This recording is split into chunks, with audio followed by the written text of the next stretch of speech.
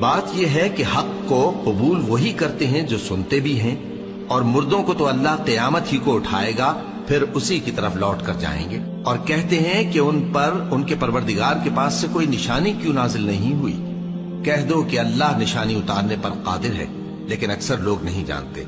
और जमीन में जो चलने फिरने वाला हैवान या अपने परों से उड़ने वाला परिंदा है, उनकी भी तुम लोगों की तरह जमाते हैं। हमने किताब यानी लौहे महफूज में किसी चीज के लिखने में कोताही नहीं की। फिर सब अपने परवरदिगार की तरफ जमा किए जाएंगे। और जिन लोगों ने हमारी आयतों को झुटलाया वो बहरे और गूंगे हैं, इसके अलावा अंधेरों में पड़े हुए हैं। जिसको अल्लाह चाहे गुमराह रहने दे और जिसे चाहे सीधे रास्ते पर चला दे। कहो काफिरो, भला देखो तो, अगर तुम पर अल्लाह का अजाब आ जाए या क़यामत आ मौजूद हो, तो क्या तुम ऐसी हालत में अल्लाह के सिवा किसी और को पुकारोगे?